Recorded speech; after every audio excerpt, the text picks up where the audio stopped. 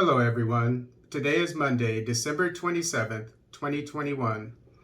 After suicide bombing, Congo officials fear more attacks. This article is taken from Voice of America.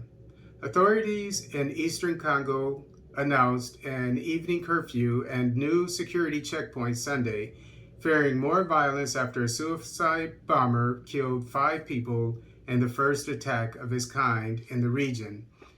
Beni Mayor Narcisse Mutebe, a police colonel, warned hotels, churches, and bars in the town of Beni that they needed to add security guards with metal detectors because terrorists could strike again.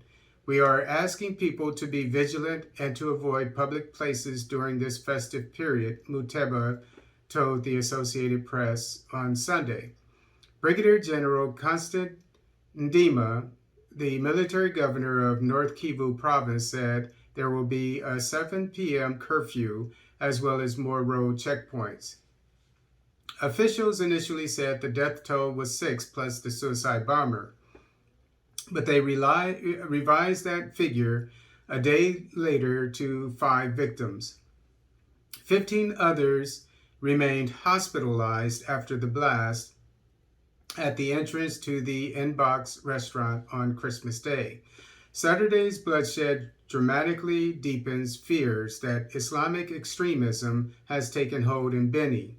The town already has suffered years of attacks by rebels from the Allied Democratic Forces, or ADF, who trace their origins to neighboring Uganda.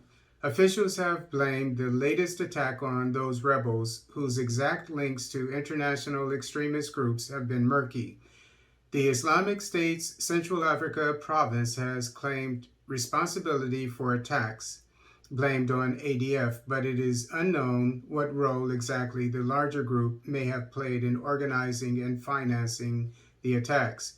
There have been worrying signs that religious extremism was escalating around Beni. 2 local imams were killed earlier this year within weeks of each other, one of whom had spoken out against the ADF. Then in June, the Islamic State group's Central Africa province claimed responsibility for a suicide bomber who blew himself up near a bar in Beni without harming others. Another explosion that same day at a Catholic church wounded 2 people. There was no immediate claim of responsibility for Saturday's attack, in which authorities say the bomber ultimately was stopped from entering the crowded restaurant. After the blast near the entrance, blood stained the pavement and mangled chairs lay strewn near the entrance.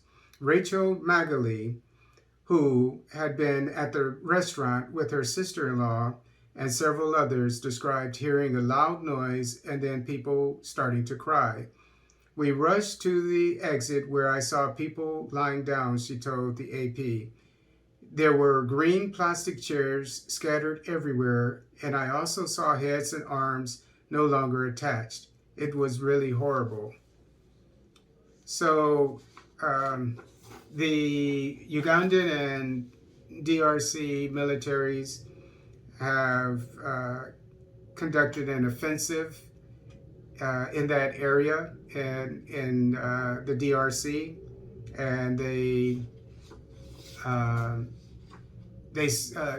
took control of 2 strongholds of the ADF, the insurgency, and they know the locations of others.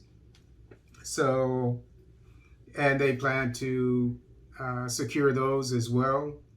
So the offensive is working, and it's going to make it harder for this terrorist group to operate. But one thing that will help, in my opinion, as a security specialist, in regard to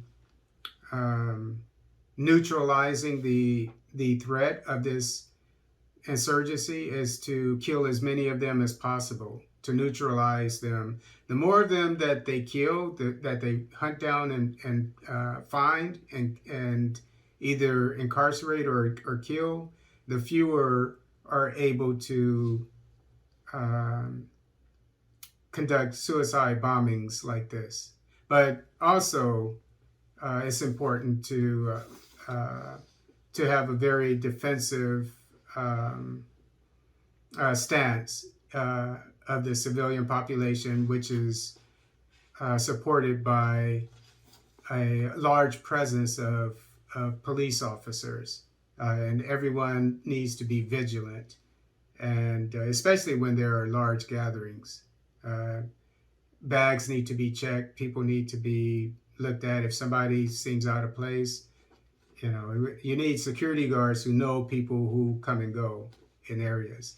It's going to take time, but I'm sure the Ugandans and Congolese will get it right.